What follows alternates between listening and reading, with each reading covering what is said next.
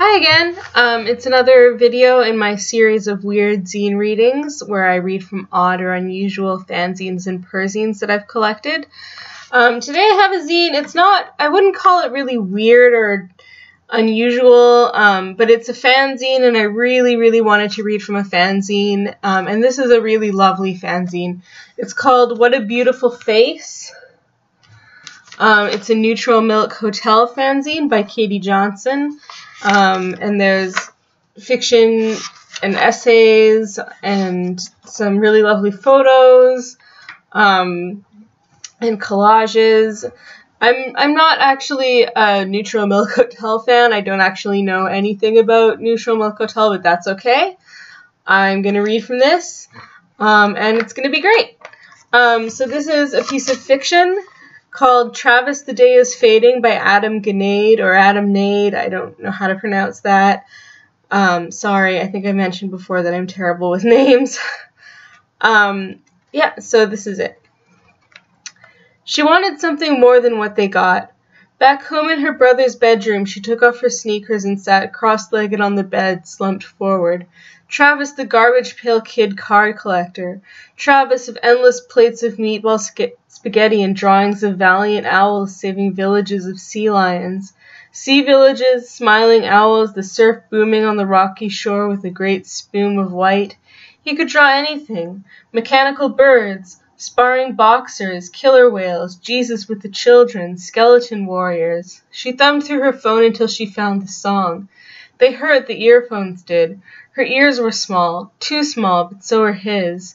They had the same ears. Joey Carr saw it when they were 10. Whoa, Meg, Travis, check it. You guys have the same ears. That's so weird. Dude, creepy, said tall Tim Sanders. It's cool, said Travis. Twin power. Twin power, she said. Joey laughed. Travis and Maggie, same ear havers. The song was the sound of a man alone in a place, alone with his thoughts and alone from the world, too. Daddy, please hear this song that I sing. In your heart there's a spark that just screams for a lover to bring a child to your chest that could lay as you sleep and love all you have left, like your boy used to be long ago, wrapped in sheets warm and wet. Don't cry. If you cry, you won't stop. You haven't cried since you were a girl, and it will hurt when it starts. It will wrench out of you and it will make you ugly. You will shriek and you will ache and it will do no good. Blister, please, with those wings in your spine. Love to be with a brother of mine. How he'd love to find your tongue in his teeth, in a struggle to find secret songs that you keep, wrapped in boxes so tight, surrounding only at night as you sleep. When they were 13, Travis held onto a dog leash tied to her bike seat and balanced on his skateboard, but he fell. They tried it again until they got it right, and she pulled him up the street to Taco Motion.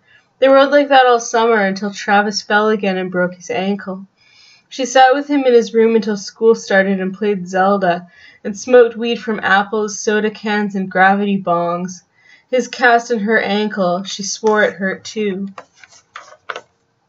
He drew stone fish on his cast, army ants, evil spiderwebs, an owl named Jeffrey who dressed like a graduate with a cap and gown. Jeffrey looks smart, she said. He is smart. He's the valedictorian. What's that? That means he's the smartest owl. Damn it, Travis. And in my dreams you're alive and you're crying, as your mouth moves in mine soft and sweet, rings of flowers round your eyes, and I love you for the rest of your life when you're ready. When they sent Travis home from the war, it was a closed casket funeral. One last look, just a look. Please let me say goodbye. Please, God, open the lid. They won't let me. Please, if you're there, knock the lid right off and send the lid spinning up to heaven on a bright beam of light. If you're real, prove it. I hate you. I hate you. I hate you. Defy me. Or was it better to remember him whole and laughing, holding on to the seat of her Huffy? Her brother, a strong and sure man, knocked to pieces in the desert like a doll. Travis, brave, kind, true, lover of good pens and potato burritos and butterscotch dip cones and hamsters. She and Travis had 2 hamsters, Mork and Mindy.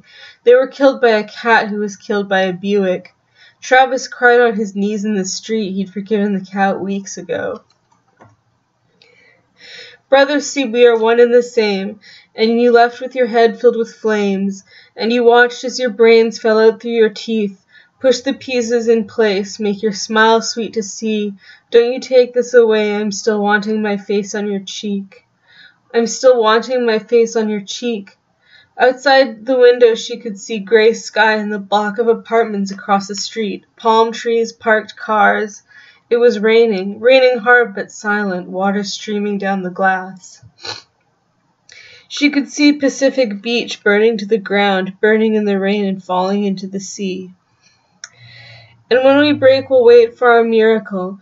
God is a place where some holy spectacle lies. And when we break, we'll wait for our miracle. God is a place you will wait for the rest of your life.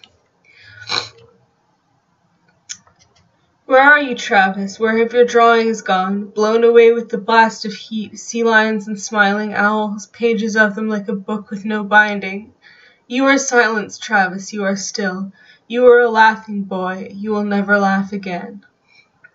Two-headed boy, she is all you could need.